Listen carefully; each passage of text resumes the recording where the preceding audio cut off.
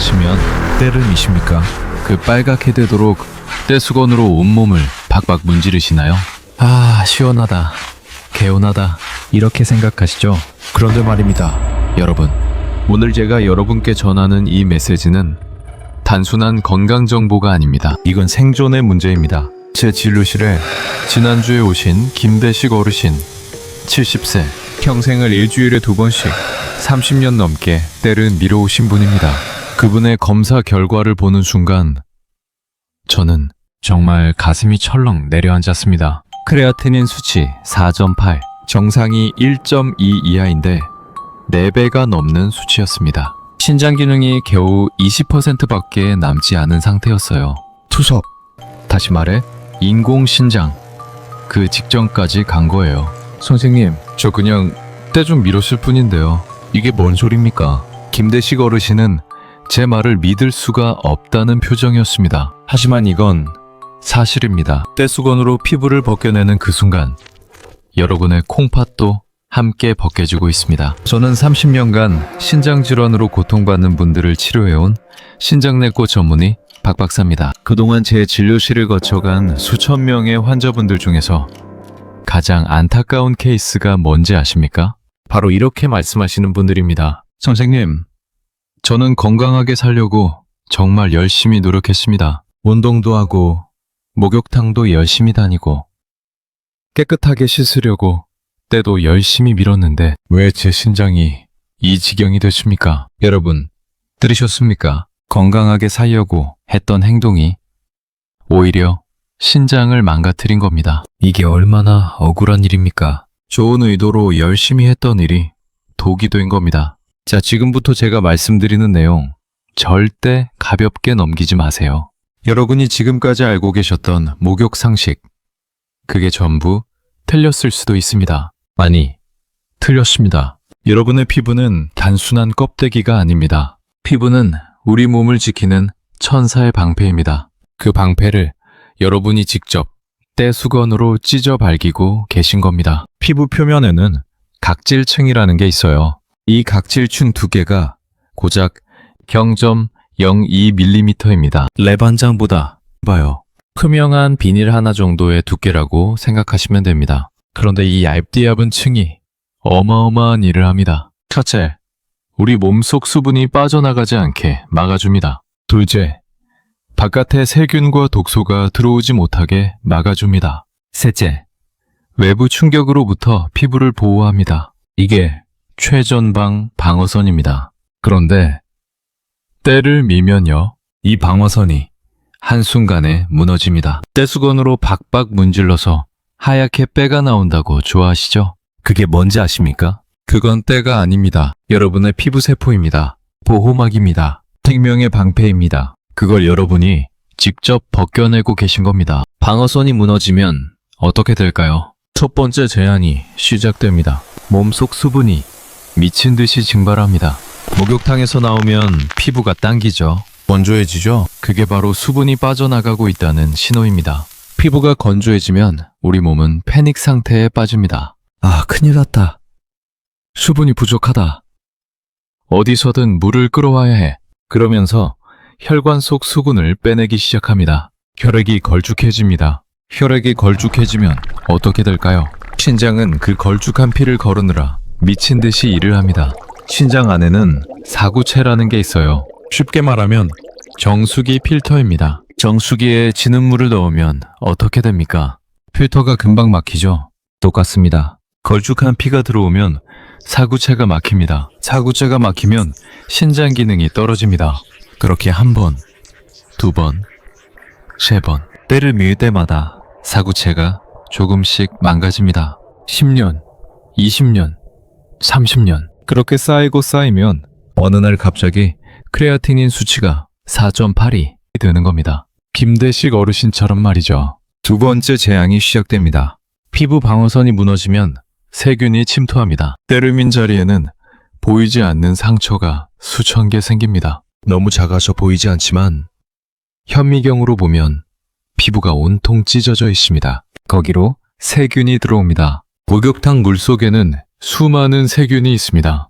때를 밀기 전에는 각질 방패가 막아줬는데 이제는 막을 게 없습니다. 세균이 들어오면 염증이 생깁니다. 염증이 생기면 우리 몸은 면역세포를 보냅니다. 면역세포들이 세균과 싸웁니다. 그 과정에서 염증 물질이 생깁니다.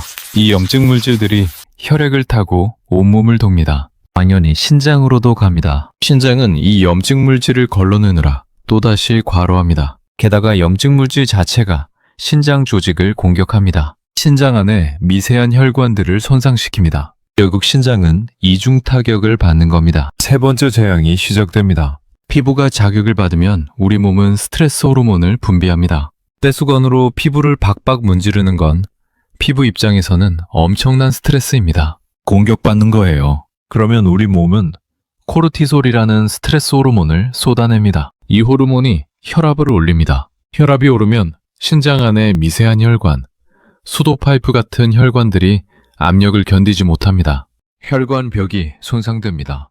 터지기도 합니다. 신장 안에서 미세 출혈이 일어나는 겁니다. 이게 반복되면 신장 조직이 딱딱하게 굳습니다. 섬유화가 진행됩니다. 한번 굳어진 신장 조직은 다시 부드러워지지 않습니다. 영구적인 손상입니다. 결국 때 한 번 밀 때마다 신장은 삼중고를 겪는 겁니다. 첫째, 수분 부족으로 인한 과로. 둘째, 염증 물질로 인한 손상. 셋째, 혈압 상승으로 인한 혈관 파열. 이 세 가지가 동시에 일어납니다. 한 번은 괜찮을 수도 있습니다. 하지만 일주일에 2번씩 30년을 했다면 계산해 보세요. 일주일에 2번이면 1년에 100번, 30년이면 3000번입니다. 신장이 3000번의 공격을 받은 겁니다. 견딜 수 있겠습니까?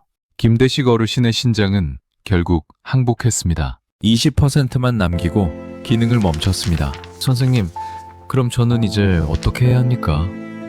투석해야 합니까? 어르신의 목소리가 떨렸습니다.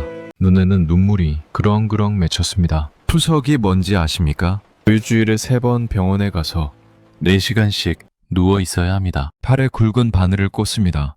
피를 뽑아서 기계로 거른 다음 다시 몸속으로 넣습니다. 신장이 할 일을 기계가 대신하는 겁니다. 평생 그렇게 살아야 합니다. 여행도 마음대로 못 갑니다. 일도 제대로 못 합니다. 삶의 질이 완전히 달라집니다. 어르신은 그게 두려웠던 겁니다. 저는 어르신의 손을 꼭 잡았습니다. 아닙니다, 어르신.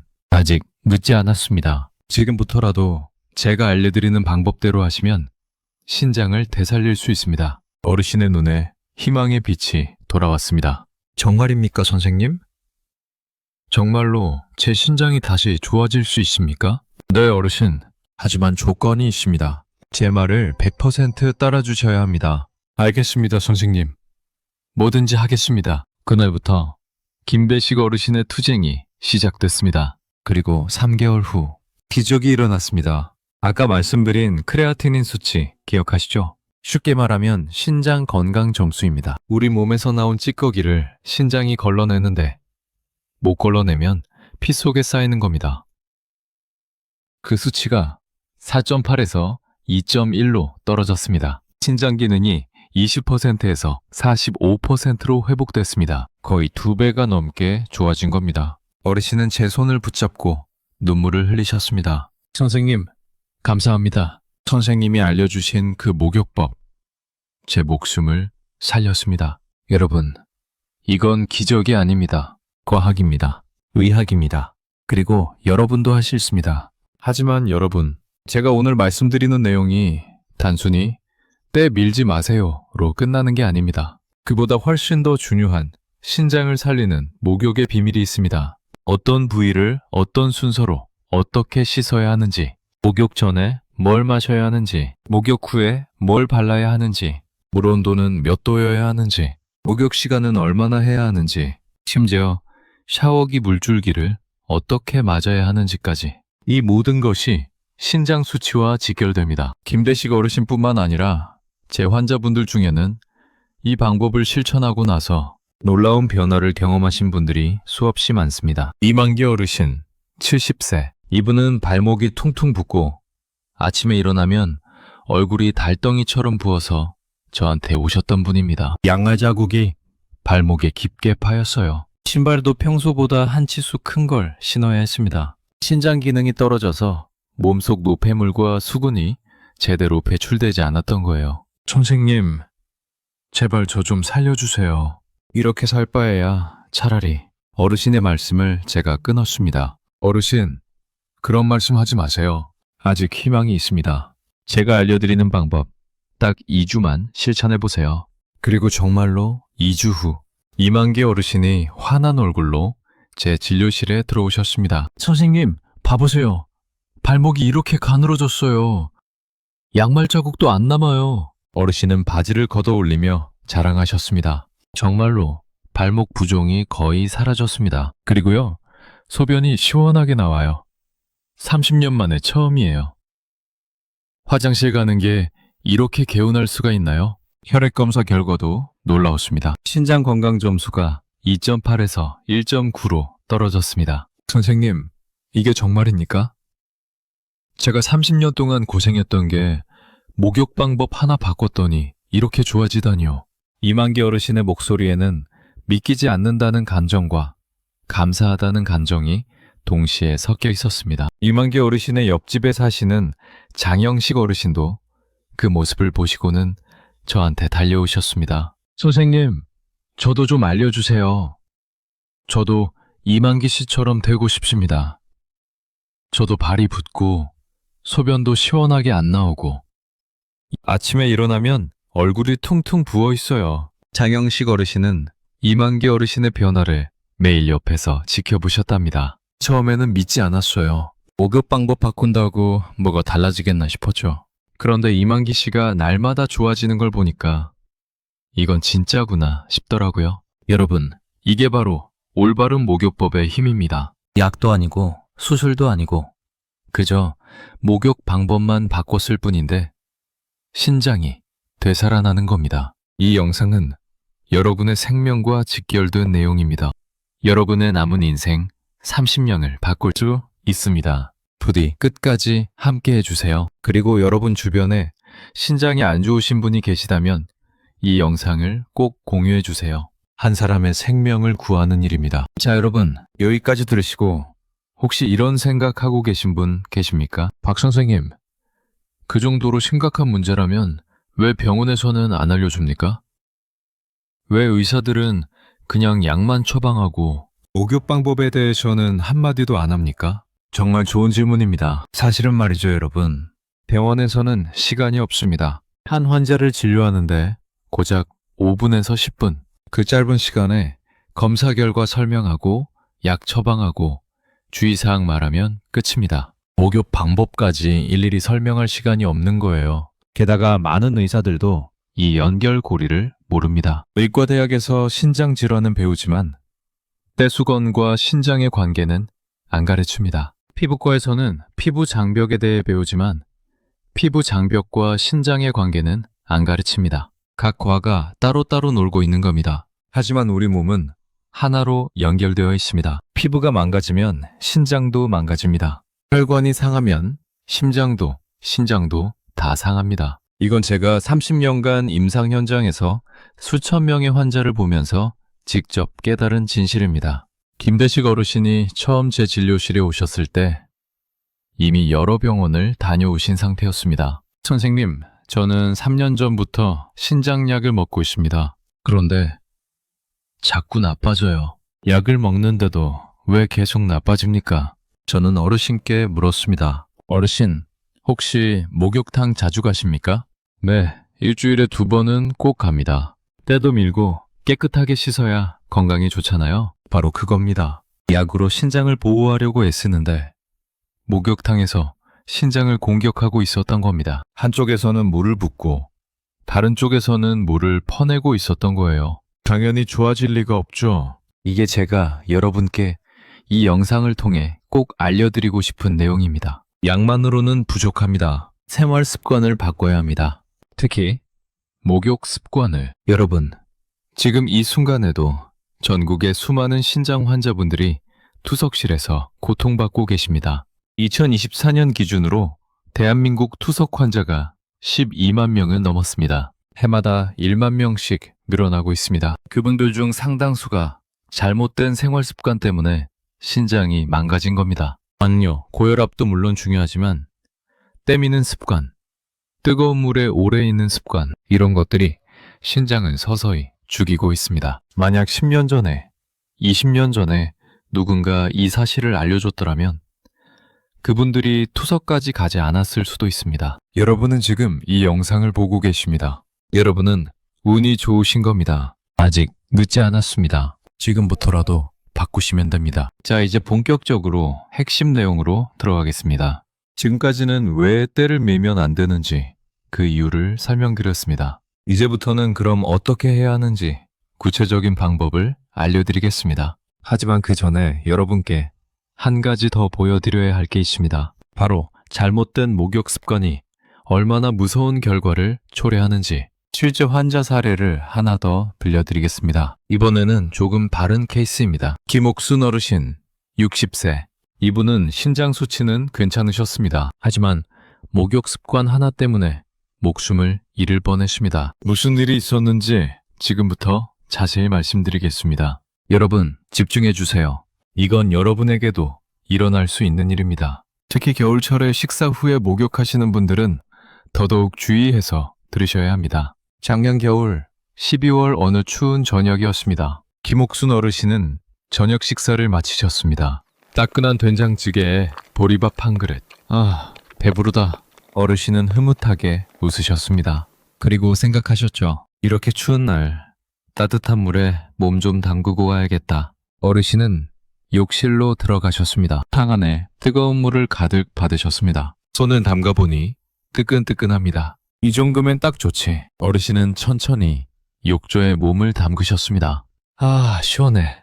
따뜻한 물이 온몸을 감쌉니다. 식사 후의 포만감과 따뜻한 물의 온기가 어르신을 행복하게 만들었습니다. 그런데 5분쯤 지났을까요? 어르신은 갑자기 어지러움을 느끼셨습니다. 왜 이러지? 머리가 핑 도는 것 같았습니다. 가슴이 두근두근 빨리 뛰기 시작했습니다. 숨이 가빠졌습니다. 이상하네. 일어나야겠다. 어르신은 욕조에서 일어나려고 하셨습니다. 그 순간 눈앞이 캄캄해졌습니다. 어머니! 어머니! 며느리의 다급한 목소리가 욕실 밖에서 들렸습니다. 문을 두드리는 소리. 어머니! 대답 좀 하세요. 하지만 욕실 안은 고요했습니다. 며느리는 문을 박차고 들어갔습니다. 그리고 비명을 질렀습니다. 김옥순 어르신이 욕조 안에서 의식을 잃고 쓰러져 계셨던 겁니다. 우리 코까지 차올라 있었습니다. 조금만 늦었어도 익사할 뻔한 상황이었습니다. 119가 출동했고 어르신은 응급실로 실렸습니다. 다행히 어르신은 의식을 되찾으셨습니다. 하지만 어르신도 가족들도 무슨 일이 일어났는지 이해할 수가 없었습니다. 선생님, 저희 어머니가 왜 그러신 겁니까? 심장이 안 좋으신 겁니까? 며느리가 응급실 의사에게 물었습니다. 응급실 의사는 검사 결과를 보더니 고개를 저었습니다. 심장은 괜찮습니다. 하지만 혈압이 불안정합니다. 신장내과 진료가 필요할 것 같습니다. 그렇게 김옥순 어르신은 제 진료실로 오시게 됐습니다. 저는 어르신께 여쭤봤습니다. 어르신, 쓰러지시기 전에 뭐 하셨습니까? 저녁 먹고 목욕했어요. 저녁 드시고 바로 목욕하셨습니까? 네, 한 30분쯤 후에요. 물은 얼마나 뜨거웠습니까? 뜨끈하게요. 겨울이니까 좀 뜨겁게 받았죠? 저는 한숨을 쉬었습니다. 어르신, 그게 문제였습니다. 네? 목욕이요?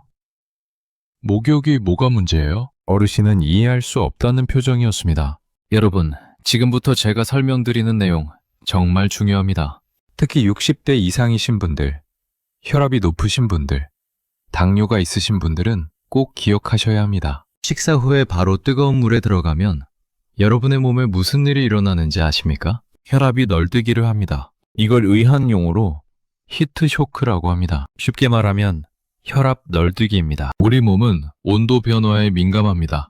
특히 혈관이. 자, 차근차근 설명해 드리겠습니다. 식사를 하면 우리 몸에 어떤 일이 일어날까요? 소화를 시작합니다. 소화를 하려면 위와 장에 피가 몰려야 합니다. 그래서 식사 후에는 심장이 더 열심히 일합니다. 피를 더 많이 위장으로 보내야 하니까요. 혈압이 약간 올라갑니다. 이 상태에서 뜨거운 물에 들어가면 어떻게 될까요? 처음에는 혈관이 확장됩니다. 뜨거운 물이 피부를 데우니까 몸은 열을 식히려고 합니다.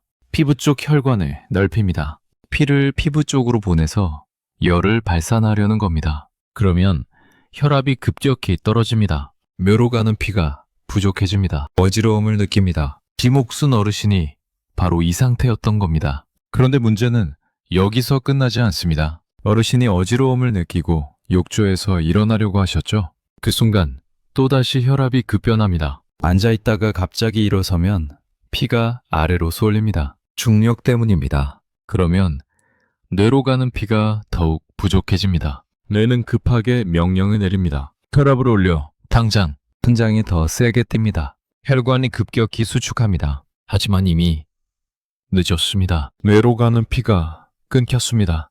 의식을 잃습니다. 바로 실신입니다. 이게 히트 쇼크입니다. 혈압이 롤러코스터처럼 오르락내리락 하는 겁니다. 우리 몸은 이런 급격한 변화를 견디지 못합니다. 특히 혈관이 약해진 노인분들은 더욱 위험합니다. 혈압이 급격히 오르면 뇌출혈이 일어날 수 있습니다. 혈압이 급격히 떨어지면 실신하거나 심장마비가 올 수 있습니다. 지목순 어르신은 정말 운이 좋으셨습니다. 며느리가 제때 발견하셨으니까요. 하지만 매년 이런 식으로 욕실에서 돌아가시는 분들이 수백 명입니다. 특히 겨울철에. 그런데 여러분, 이게 신장과 무슨 관계가 있냐고요? 관계가 있습니다. 아주 밀접한 관계가 혈압이 널뛰기를 하면 신장 혈관도 함께 널뛰기를 합니다. 신장 안에는 아주 가는 혈관들이 거미줄처럼 얽혀 있습니다. 이 혈관들은 머리카락보다 얇습니다. 이렇게 가는 혈관이 급격한 혈압 변화를 견디지 못합니다.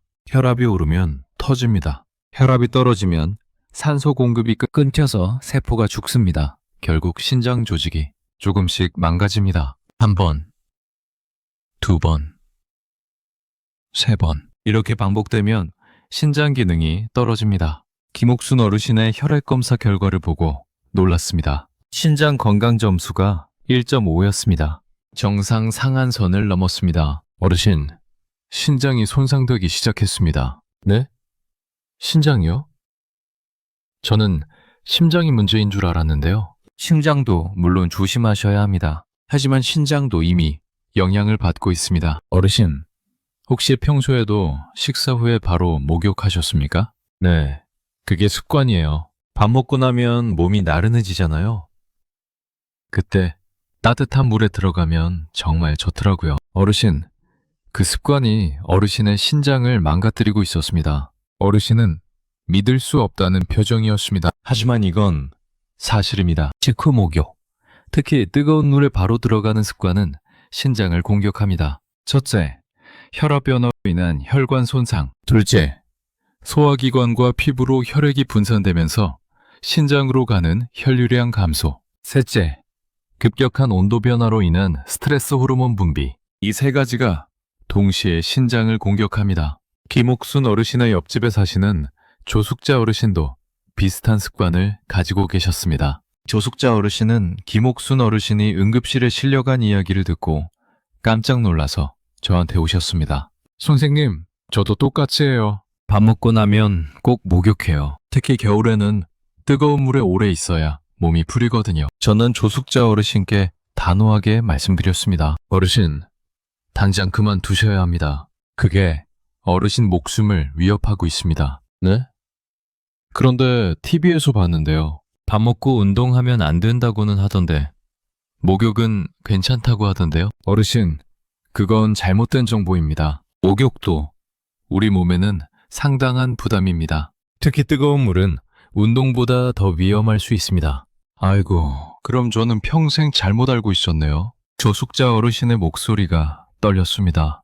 여러분, 이게 바로 문제입니다. 잘못된 건강 상식이 너무 많이 퍼져 있습니다. 몸을 따뜻하게 해야 건강하다는 말 맞습니다. 하지만 언제, 어떻게 따뜻하게 하느냐가 중요합니다. 식사 직후에 뜨거운 물에 들어가는 건 독입니다. 겨울철에 추운 곳에서 갑자기 뜨거운 물에 들어가는 것도 독입니다. 때를 밀어야 깨끗하다는 말도 틀렸습니다. 땀을 많이 매야 노폐물이 빠진다는 말도 반만 맞습니다. 과도한 발화는 오히려 탈수를 유발하고 신장에 부담을 줍니다. 조숙자 어르신께 혈액 검사를 권유했습니다. 어르신도 걱정이 되셨는지 바로 검사를 받으셨습니다. 결과가 나왔습니다. 크레아티닌 1.6, 김옥순 어르신보다 더 높았습니다. 어르신, 신장 기능이 많이 떨어져 있습니다. 지금부터라도 제가 알려드리는 방법대로 하셔야 합니다. 선생님, 정말 목욕 방법만 바꾸면 좋아질 수 있습니까? 네, 어르신. 목욕 방법뿐만 아니라 목욕 전후에 하는 행동들도 중요합니다. 제가 하나하나 자세히 알려드리겠습니다. 여러분, 이제 아시겠습니까? 목욕은 단순히 몸을 씻는 행위가 아닙니다. 목욕은 우리 몸 전체에 영향을 미치는 중요한 건강 행위입니다. 잘못하면 독이 되고 제대로 하면 약이 됩니다. 김배식 어르신은 때를 밀어서 신장이 망가졌습니다. 김옥순 어르신은 식후 뜨거운 목욕으로 실신했습니다. 조숙자 어르신도 같은 습관으로 신장이 나빠지고 있었습니다. 하지만 이만기 어르신과 장영식 어르신은 올바른 목욕법으로 건강을 되찾았습니다. 그렇다면 대체 어떻게 목욕해야 할까요? 물 온도는 몇 도여야 할까요? 언제 목욕해야 할까요? 얼마나 오래 있어야 할까요? 어떤 순서로 씻어야 할까요? 목욕 전에는 무엇을 해야 할까요? 목욕 후에는 무엇을 해야 할까요? 이 모든 것에 정답이 있습니다. 과학적 근거가 있는 명확한 방법이 있습니다. 지금부터 그 방법을 하나하나 자세히 알려드리겠습니다. 하지만 그 전에 여러분께 한 가지 부탁을 드립니다. 지금 이 순간 좋아요 버튼을 눌러주세요. 왜냐하면 여러분이 이 영상을 여기까지 보셨다는 건 여러분의 건강에 관심이 있다는 뜻입니다. 여러분의 신장을 지키고 싶다는 뜻입니다. 좋아요 버튼을 누르는 건 단순히 이 영상을 응원하는 게 아닙니다.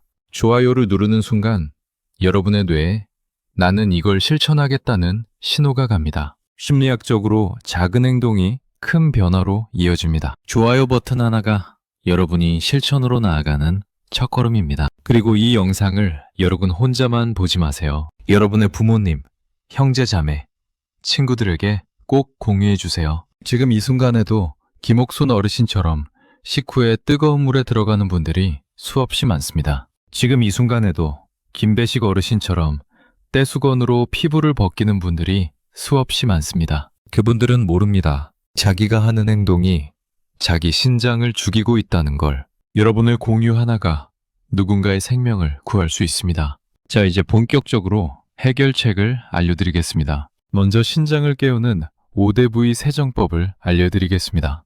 이건 단순히 몸을 씻는 순서가 아닙니다. 신장으로 가는 혈액순환을 최적화하는 과학적 방법입니다. 그 다음 목욕 전후에 반드시 해야 하는 마중물 요법을 알려드리겠습니다. 이건 신장 수치를 극적으로 개선시키는 비밀 병기입니다. 집중해 주세요. 여러분의 인생이 지금부터 달라집니다. 자, 여러분, 지금부터 제가 30년간 임상에서 수백 명의 환자들과 함께 시행착오를 거치며 완성한 신장을 깨우는 5대 부위 세정법을 알려드리겠습니다. 이 방법은 단순히 몸을 씻는 순서가 아닙니다. 신장으로 가는 혈액순환을 최적화하는 과학적 방법입니다. 김대식 어르신이 3개월 만에 신장 기능을 2배로 회복한 방법입니다. 이만기 어르신이 2주 만에 부종을 빼낸 방법입니다. 준비되셨습니까? 그럼 시작하겠습니다. 먼저 목욕 전에 절대적으로 지켜야 할 원칙이 있습니다. 첫째, 식사 후 최소 2시간은 기다리세요. 소화가 어느 정도 끝나야 혈액이 다시 전신으로 고르게 분포됩니다. 둘째, 목욕 30분 전에 미지근한 물을 한 컵 천천히 마시세요. 이게 마중물입니다. 신장에 이제 일할 준비하세요 라고 신호를 보내는 겁니다. 셋째, 욕실에 들어가기 전에 가볍게 스트레칭을 하세요. 팔을 돌리고 다리를 흔들고 목을 좌우로 돌리세요. 혈액순환이 미리 활성화되어야 합니다. 이 세 가지 꼭 기억하세요. 자, 이제 욕실에 들어갑니다. 여러분, 절대로 뜨거운 물을 틀지 마세요. 뜨겁지 않으면 무슨 목욕이야? 아닙니다. 뜨거운 물이 바로 독입니다. 물 온도는 38도에서 40도. 이게 최적 온도입니다. 손을 담갔을 때 따뜻하네 라고 느껴지는 정도. 뜨겁다가 아니라 따뜻하다입니다. 이 차이가 여러분의 신장을 살립니다. 이제 5대 부위 세정법을 시작하겠습니다. 첫 번째 부위, 손과 발. 가장 먼저 손과 발을 씻습니다. 왜 손과 발일까요? 손과 발은 심장에서 가장 멀리 떨어진 곳입니다. 혈액순환이 가장 느린 곳입니다. 여기를 먼저 따뜻하게 해주면 말초혈관이 서서히 확장됩니다. 갑작스러운 혈압 변화를 방지할 수 있습니다. 미지근한 물로 손목과 발목을 천천히 적셔줍니다. 30초에서 1분 정도. 급하게 하지 마세요. 물이 피부에 스며들도록 천천히 손가락 사이사이, 발가락 사이사이도 골고루 적셔줍니다. 이때 비누나 샴푸는 아직 사용하지 않습니다. 그냥 물로만 적셔주는 겁니다. 두 번째 부위, 팔과 다리. 손과 발이 적응했으면 이제 팔과 다리로 올라갑니다. 샤워기를 아래에서 위로 천천히 올립니다. 발목에서 종아리로, 종아리에서 무릎으로, 무릎에서 허벅지로 이렇게 아래에서 위로 천천히 올라가는 게 핵심입니다. 왜 그럴까요? 우리 몸의 정맥 혈관은 아래에서 위로 피를 올려보냅니다. 중력을 거슬러 심장으로 피를 돌려보내야 하죠. 물줄기를 아래에서 위로 맞으면 정맥 혈류를 도와줍니다. 마치 마사지를 받는 것처럼 팔도 마찬가지입니다. 손목에서 팔뚝으로, 팔뚝에서 팔꿈치로, 팔꿈치에서 어깨로 천천히 아래에서 위로 각 부위마다 30초씩 서두르지 마세요. 여러분의 혈관들이 천천히 준비할 시간을 주는 겁니다. 세 번째 부위, 배와 허리. 이제 몸의 중심부로 들어갑니다. 배와 허리는 신장이 위치한 곳입니다. 여기가 가장 중요합니다. 먼저 배를 씻습니다. 배꼽을 중심으로 시계 방향으로 원을 그리며 씻어줍니다. 왜 시계 방향일까요? 우리 장의 흐름이 시계 방향이기 때문입니다. 물줄기를 너무 세게 맞지 마세요. 부드럽게 쓰다듬듯이. 배를 따뜻하게 해주면 내장으로 가는 혈류가 증가합니다. 소화기관이 편안해집니다. 그러면 신장으로 가는 혈류도 자연스럽게 늘어납니다. 이제 허리로 넘어갑니다. 여러분, 신장이 어디 있는지 아십니까? 허리 양쪽 갈비뼈 아래쪽에 있습니다. 손을 허리 뒤쪽에 대보세요. 갈비뼈가 끝나는 지점. 바로 거기입니다. 그곳을 따뜻한 물로 천천히 씻어줍니다. 너무 뜨거운 물은 안 됩니다. 따뜻한 정도로 1분에서 2분 정도 충분히 적셔줍니다. 신장에 온기를 전달하는 겁니다. 이제 일할 시간이야. 하지만 천천히 편안하게 해. 라고 말해주는 거죠. 네 번째 부위, 가슴과 등. 이제 상체의 큰 부위를 씻습니다. 가슴부터 시작합니다. 심장이 있는 곳이죠. 절대로 갑자기 뜨거운 물을 가슴에 뿌리지 마세요. 심장이 놀랄 수 있습니다. 미지근한 물로 천천히 적셔줍니다. 가슴 중앙에서 바깥쪽으로 부드럽게 숨을 천천히 들이마시면서 씻어줍니다. 심호흡을 하면 혈액순환이 더 활발해집니다. 이제 등을 씻습니다. 등은 혼자서 씻기 어려운 부위죠. 샤워기를 사용하거나 긴 목욕 타올을 사용하세요. 등 위쪽에서 아래쪽으로 천천히 씻어줍니다. 등뼈를 따라서 위에서 아래로. 이때도 물줄기를 너무 세게 하지 마세요. 부드럽게 쓰다듬듯이. 등의 근육들이 이완되는 걸 느낄 수 있습니다. 다섯 번째 부위, 목과 머리. 마지막으로 목과 머리를 씻습니다. 왜 마지막일까요? 머리는 가장 높은 곳에 있습니다. 뇌로 가는 혈류가 이미 안정화된 후에 씻어야 합니다. 목 뒤쪽부터 천천히 적셔줍니다. 목덜미에 따뜻한 물이 흐르게 합니다. 목에는 굵은 혈관들이 지나갑니다. 뇌로 가는 혈관, 심장으로 오는 혈관. 이 혈관들을 천천히 따뜻하게 해줍니다. 그 다음 머리를 감습니다. 샴푸를 이때 사용하세요. 두피를 부드럽게 마사지하듯 감아줍니다. 손가락 끝으로 두피를 눌러주면 혈액순환이 촉진됩니다. 하지만 너무 세게 긁지 마세요. 두피도 피부입니다. 상처가 나면 염증이 생깁니다. 자, 여기까지가 5대 부위 세정법입니다. 순서를 다시 한번 정리하겠습니다. 첫째, 손과 발 30초에서 1분. 둘째, 팔과 다리 각 부위 30초씩 아래에서 위로. 셋째, 배와 허리 1분에서 2분 신장 부위 집중. 넷째, 가슴과 등 천천히 부드럽게. 다섯째, 목과 머리. 마지막에 이 순서를 꼭 지켜주세요. 왜냐하면 이 순서가 혈압의 급격한 변화를 막아주기 때문입니다. 그런데 여러분, 여기서 끝이 아닙니다. 이제 절대로 해서는 안 되는 것들을 말씀드리겠습니다. 절대 금지 1번. 떼수건. 떼수건은 쓰레기통에 버리세요. 다시는 사용하지 마세요. 때를 밀고 싶은 유혹이 생기더라도 참으세요. 그 유혹이 여러분의 신장을 죽입니다. 대신 부드러운 면타올을 사용하세요. 물을 적신 타올로 살살 닦아주는 겁니다. 문지르는 게 아니라 물기를 흡수하듯이. 절대 금지 2번. 장시간 목욕. 욕조에 30분, 1시간씩 있지 마세요. 아무리 물이 따뜻해도 15분이 한계입니다. 그 이상 있으면 탈수가 시작됩니다. 피부를 통해 수분이 빠져나갑니다. 혈액이 걸쭉해집니다. 신장이 과로합니다. 욕조 목욕은 10분에서 15분, 샤워는 10분 이내. 이게 최적입니다. 절대 금지 3번. 급격한 온도 변화. 목욕 중에 갑자기 찬물을 틀지 마세요. 사우나 다녀온 후 찬물 샤워하면 좋다는 말 들어보셨죠? 그거 젊고 건강한 사람들 이야기입니다. 60대 이상, 신장이 안 좋으신 분들, 혈압이 높으신 분들은 절대 하면 안 됩니다. 히트 쇼크가 바로 발생합니다. 혈압이 롤러코스터를 탑니다. 신장 혈관이 터질 수 있습니다. 목욕 내내 일정한 온도를 유지하세요. 38도에서 40도. 이 범위를 벗어나지 마세요. 자, 이제 목욕이 끝났습니다. 욕실에서 나올 때도 주의해야 합니다. 나오는 방법. 갑자기 벌떡 일어나지 마세요. 앉아 있었다면 먼저 한쪽 무릎을 세우고 천천히 일어나세요. 서 있었다면 한 발씩 천천히 욕조 밖으로 나오세요. 어지러움이 느껴지면 즉시 앉으세요. 무리하지 마세요. 욕실 바닥에 미끄럼 방지 매트를 꼭 깔아두세요. 낙상사고가 가장 많이 일어나는 곳이 바로 욕실입니다. 욕실 밖으로 나왔습니다. 이제 가장 중요한 순간입니다. 목욕 후 5분 이내에 반드시 해야 할 일. 첫째, 물을 마시세요. 미지근한 물 1컵에서 2컵. 천천히 조금씩 마시세요. 목욕하면서 여러분, 몸에서 수분이 빠져나갔습니다. 그걸 즉시 보충해야 합니다. 이게 신장을 보호하는 핵심입니다. 둘째, 보습제를 바르세요. 목욕 후 5분 이내에 보습제를 발라야 합니다. 피부가 아직 촉촉할 때 발라야 효과가 있습니다. 피부가 마르고 나서 바르면 이미 늦었습니다.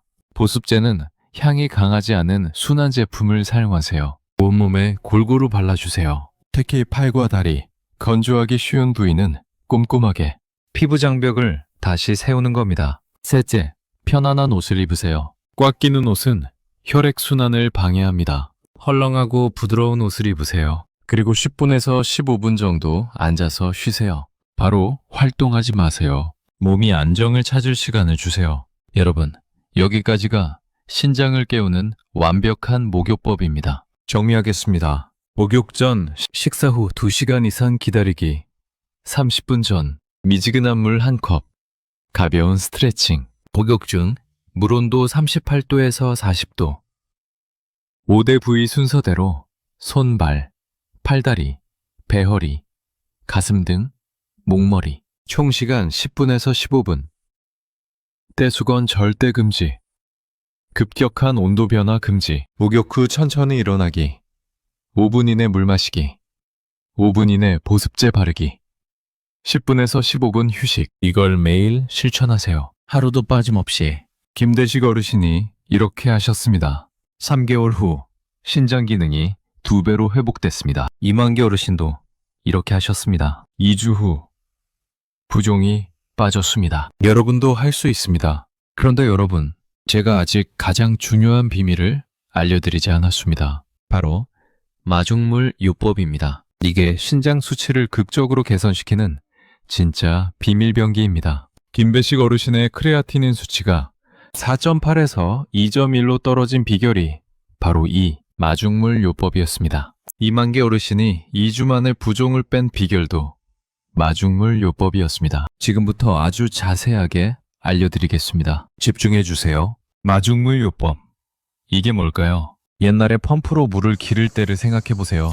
펌프질을 아무리 해도 물이 안 나올 때가 있습니다. 그럴 때 어떻게 하죠? 펌프 위에 물을 조금 부어줍니다. 그러면 펌프가 작동하기 시작합니다. 물이 콸콸 쏟아져 나옵니다. 마찬가지입니다. 신장도 일을 시작하려면 마중물이 필요합니다. 그 마중물이 바로 물입니다. 하지만 아무 때나 마시면 안 됩니다. 정확한 타이밍이 있습니다. 마중물 타이밍 1번. 아침 기상 직후. 잠에서 깬 직후 가장 먼저 할 일이 뭘까요? 물 마시기입니다. 침대에서 일어나기 전에 침대 옆에 물 한 컵을 준비해 두세요. 눈을 뜨자마자 앉은 상태에서 천천히 마시세요. 왜 아침 기상 직후일까요? 밤새 우리 몸은 물을 소비합니다. 호흡으로, 땀으로 수분이 빠져나갑니다. 아침에 일어났을 때 우리 몸은 경미한 탈수 상태입니다. 혈액이 약간 걸쭉해져 있습니다. 이 상태로 하루를 시작하면 신장이 고생합니다. 그래서 아침 첫물이 가장 중요합니다. 얼마나 마셔야 할까요? 200ml에서 300ml.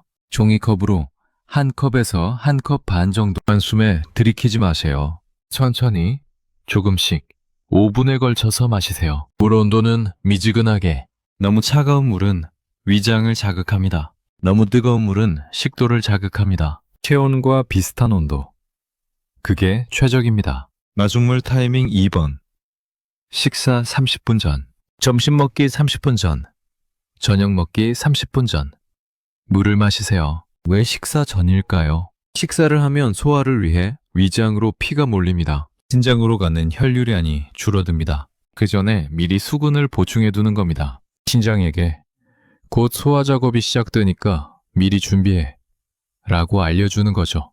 하지만 너무 많이 마시면 안 됩니다. 100ml에서 150ml 정도. 종이컵으로 반 컵에서 반 컵 조금 넘게. 배가 불러서 식사를 제대로 못하면 안 되니까요.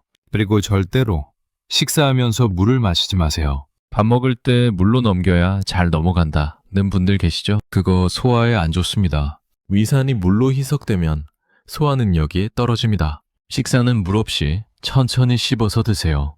마중물 타이밍 3번. 목욕 30분 전. 이건 아까 말씀드렸죠? 목욕하기 30분 전에 물 한 컵. 이게 히트 쇼크를 예방합니다. 혈액을 미리 묽게 만들어 두는 겁니다. 그러면 뜨거운 물에 들어가도 혈압이 덜 오릅니다. 디목순 어르신이 이 방법을 알았더라면 실신하지 않았을 겁니다. 마중물 타이밍 4번. 목욕 직후. 이것도 아까 말씀드렸습니다. 목욕 후 5분 이내에 물 한 컵에서 2컵.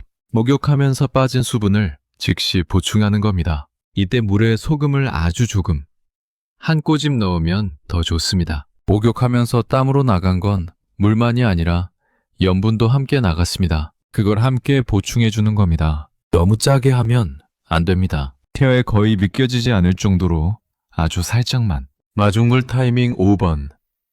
잠들기 1시간 전. 잠자리에 들기 1시간 전에 물 반 컵에서 한 컵. 왜 1시간 전일까요? 잠들기 직전에 마시면 한밤중에 화장실 가고 싶어서 잠을 깹니다. 수면이 당해봤습니다. 그래서 1시간 전에 마셔서 자기 전에 화장실을 다녀오는 겁니다. 하지만 물을 안 마시고 자면 밤새 탈수가 진행됩니다. 아침에 혈액이 걸쭉해진 상태로 일어납니다. 그래서 잠들기 1시간 전 적당량의 물이 중요합니다. 자, 정리하겠습니다. 하루에 총 5번의 마중물 타이밍. 1. 아침 기상 직후 물 한 컵에서 한 컵 반. 2. 식사 30분 전. 점심, 저녁 물 반 컵씩. 3. 목욕 30분 전 물 한 컵. 4. 목욕 직후 물 한 컵에서 2컵. 5. 잠들기 1시간 전 물 반 컵에서 한 컵. 이렇게 하면 하루에 총 얼마나 마실까요? 대략 1.5리터에서 2리터 정도입니다. 의사들이 하루에 2리터 마시라고 하던데요. 맞습니다. 하지만 중요한 건 양이 아니라 타이밍입니다. 2리터를 한꺼번에 마시면 소용없습니다. 오히려 신장에 부담만 줍니다. 나눠서 적절한 타이밍에 마셔야 합니다. 이만기 어르신은 이 마중물 요법을 실천하셨습니다. 처음에는 익숙하지 않으셨습니다. 선생님, 자꾸 잊어버려요. 물 마시는 걸. 그래서 제가 알려드렸습니다. 어르신, 휴대폰 알람을 맞춰두세요. 아침 7시, 점심 11시 반, 저녁 5시 반, 목욕 전후 밤 10시. 알람이 울리면 물 마시세요. 이만기 어르신은 그렇게 하셨습니다. 2주가 지나자 알람 없이도 자연스럽게 물을 찾게 되셨답니다. 선생님, 신기해요. 이제는 몸이 알아서 물을 찾게 돼요. 목이 마르기 전에 물 생각이 나요. 그게 바로 몸이 회복되고 있다는 신호입니다. 우리 몸은 원래 스스로 필요한 걸 알아요. 다만 오랜 잘못된 습관으로 그 신호를 무시해 왔을 뿐입니다. 3개월 후 이만기 어르신의 변화는 놀라웠습니다. 크레아티닌 수치가 2.8에서 1.5로 떨어졌습니다. 거의 정상에 가까워진 겁니다. 부종은 완전히 사라졌습니다. 소변량이 하루 1.5리터에서 2리터로 늘었습니다. 색깔도 맑아졌습니다. 선생님, 제가 30년 동안 고생했던 게 거짓말처럼 좋아졌어요. 아침에 일어나면 몸이 가벼워요. 예전에는 아침에 일어나는 게 고역이었는데 이제는 일어나는 게 즐거워요. 어르신의 목소리에는 생기가 넘쳤습니다. 그리고요, 밤에 잠도 잘 와요. 예전에는 밤에 화장실 때문에 3-4번씩 깼는데 이제는 한두 번만 가요.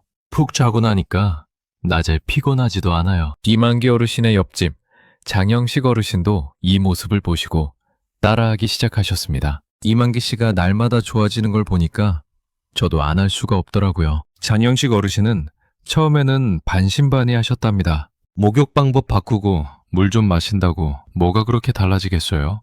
하지만 일주일이 지나자 변화를 느끼셨습니다. 선생님, 소변 색깔이 달라졌어요. 예전에는 진한 노란색이었는데 이제는 연한 노란색이에요. 이게 좋은 거죠? 네, 어르신. 아주 좋은 신호입니다. 신장이 제대로 일하고 있다는 증거입니다. 2주가 지나자 더 큰 변화가 나타났습니다. 선생님, 발목이 가늘어졌어요. 양말 신으면 자국이 안 남아요. 어르신은 신이 나서 바지를 걷어 올리셨습니다. 정말로 발목 부종이 많이 빠져 있었습니다. 3개월 후 혈액 검사 결과 크레아티닌 수치가 3.1에서 1.9로 떨어졌습니다. 선생님, 제가 이렇게까지 좋아질 줄은 정말 몰랐어요. 저는 그냥 이만기 씨 따라 해본 건데 이렇게 효과가 있을 줄이야. 여러분, 들으셨습니까? 이게 실천의 힘입니다. 이만기 어르신과 장영식 어르신은 특별한 약을 먹은 게 아닙니다. 특별한 수술을 받은 게 아닙니다. 그저 목욕 방법을 바꾸고 물 마시는 타이밍을 조절했을 뿐입니다. 그런데 신장이 살아났습니다. 여러분도 할 수 있습니다. 아니, 반드시 해야 합니다. 왜냐하면 신장은 한번 망가지면 되돌리기 어렵습니다. 하지만 아직 기능이 남아있을 때 이렇게 생활 습관을 바꾸면 회복이 가능합니다. 김대식 어르신도 6개월이 지난 지금 완전히 다른 사람이 되셨습니다. 크레아티닌 수치가 1.8까지 떨어졌습니다. 거의 정상입니다. 선생님, 제가 이제 손자, 손녀들하고 여행을 다닐 수 있게 됐어요. 예전에는 여행은 꿈도 못 꿨어요. 추석 걱정 때문에. 그런데 이제는 제주도도 가고 부산도 가고 마음껏 다녀요. 어르신의 얼굴에는 환한 웃음이 가득했습니다. 손자가 어르신 건강해지셨다고 엄청 좋아해요. 제가 손자 손잡고 같이 걸어 다니니까 손자가 친구들한테 자랑한대요. 우리 어르신 진짜 건강하시다고. 어르신의 목소리가 잠시 떨렸습니다. 선생님, 정말 감사합니다. 선생님 만나지 못했으면 저 지금쯤 투석하고 있었을 거예요. 아니, 어쩌면 이미 저는 어르신의 손을 꼭 잡았습니다. 어르신, 제가 한 게 아닙니다. 어르신이 하신 겁니다. 제 말을 믿고 실천하신 어르신의 의지가 어르신을 살린 겁니다. 여러분, 이제 결론을 내리겠습니다. 오늘 제가 알려드린 내용을 다시 한번 정리하겠습니다. 절대 하지 말아야 할 것.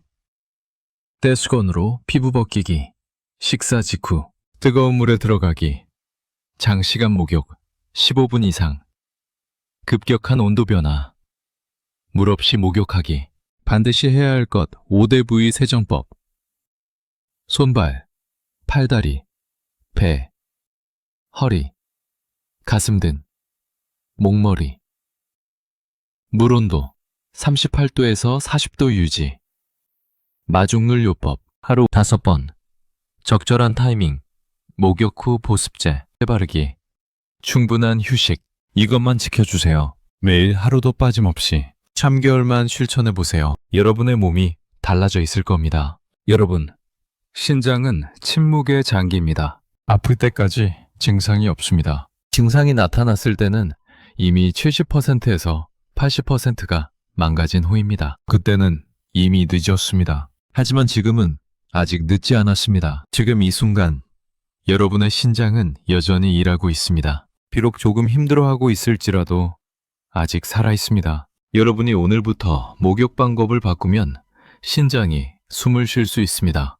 여러분이 오늘부터 마중물을 실천하면 신장이 회복할 수 있습니다. 저는 30년간 수많은 신장 환자분들을 봐왔습니다. 투석실에서 눈물 흘리는 분들을 너무 많이 봤습니다. 선생님, 진작 알았더라면, 진작 조심했더라면 이런 말씀을 너무 많이 들었습니다. 여러분은 이제 아십니다. 여러분은 더 이상 모른다고 말할 수 없습니다. 여러분에게는 선택권이 있습니다. 실천하거나 무시하거나 건강을 선택하거나 질병을 선택하거나 어떤 선택을 하시겠습니까? 마지막으로 한 가지만 더 말씀드리겠습니다. 이 영상을 여러분 혼자만 간직하지 마세요. 여러분의 사랑하는 사람들에게 전해주세요. 부모님께, 형제 자매에게, 친구들에게, 이웃들에게 이거 꼭 한번 봐봐. 우리 모두 건강하게 오래 살자. 이렇게 말씀해주세요. 한 사람의 생명이 여러분의 손에 달려 있습니다. 공유 버튼 지금 눌러주세요. 앞으로도 여러분의 건강을 지키기 위해 계속 영상을 만들겠습니다. 신장 건강뿐만 아니라 심장 건강, 혈압 관리, 당뇨 예방 모든 것을 여러분과 함께 나누겠습니다. 구독 버튼 꼭 눌러주세요. 알림 설정도 해주세요. 여러분의 건강한 내일을 제가 지켜드리겠습니다. 오늘도 이 긴 영상을 끝까지 봐주셔서 정말 감사합니다. 여러분 모두 건강하십시오. 신장 건강 꼭 지키시고 행복한 노후 보내시길 진심으로 기원합니다. 감사합니다.